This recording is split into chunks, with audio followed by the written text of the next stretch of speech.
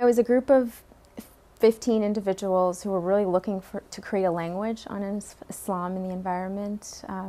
We saw in our text in the Quran and Hadith that there's so much about protecting the earth and seeing nature as a sign for us to reflect upon, but we weren't really seeing that in our communities.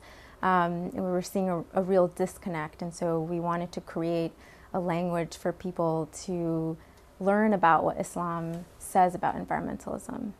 I would say it's even more recent for us as Muslim Americans, really creating an identity for ourselves in this country. I think this is one of the issues that's going to rise up, and we're going to create a language around it. I mean, it's an issue that isn't a priority for a lot of the communities that we see. Mosque leadership, they're just now starting to talk about it. You see it more and more on university campuses, but it's a recent phenomenon. There's just so much within our own faith that we have to understand about what it means to protect the earth.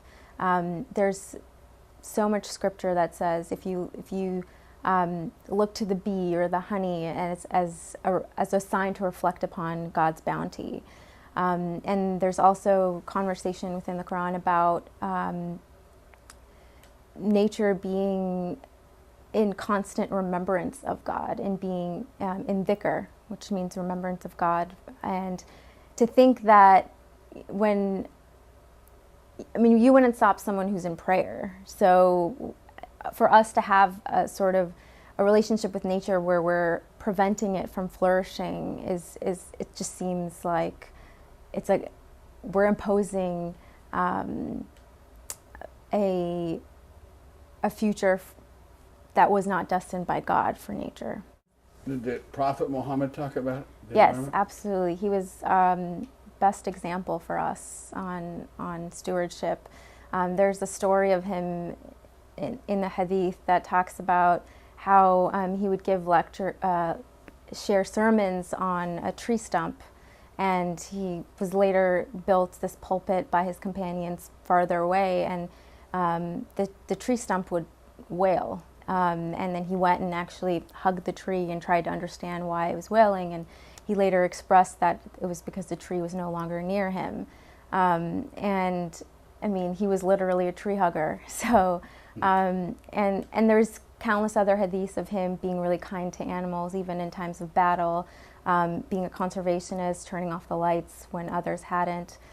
So there's a lot there. It's a very rich tradition. There's much to be said about people who are poor being disproportionately affected by environmental degradation. And so I think everything is very much connected, and we can't see this stuff in silos. But I think within Islam, I don't think most scholars would disagree that in protecting the earth is important. They do agree that. It's not a top priority with all the other challenges. I see protecting the earth as protecting people. It's very much connected.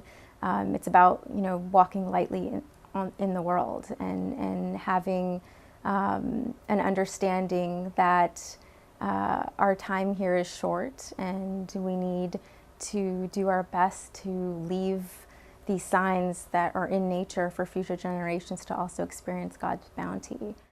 For us, the focus has been on education, and so we've done a lot of speaking engagements. We've worked with MSAs, Muslim Student Associations nationally, as well as getting our hands dirty. We partnered with a local farm here.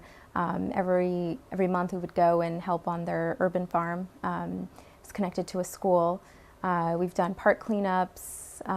We've created toolkits so people could download a toolkit that would be, for the month of Ramadan, what they could focus on every day to reduce their consumption or to be more reflective about nature. They could do a leftover iftar, which is the meal that you open a fast with. So you instead of, eating with a vengeance, as one of a scholar speaks about, after fasting, having more of a consciousness of the fact that you fasted all day, and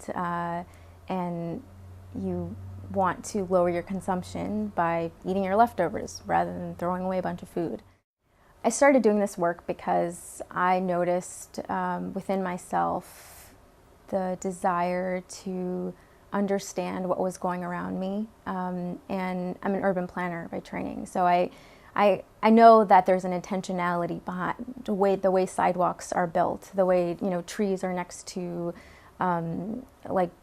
next to a bench or things like that. There's an architecture, there's an intention behind it.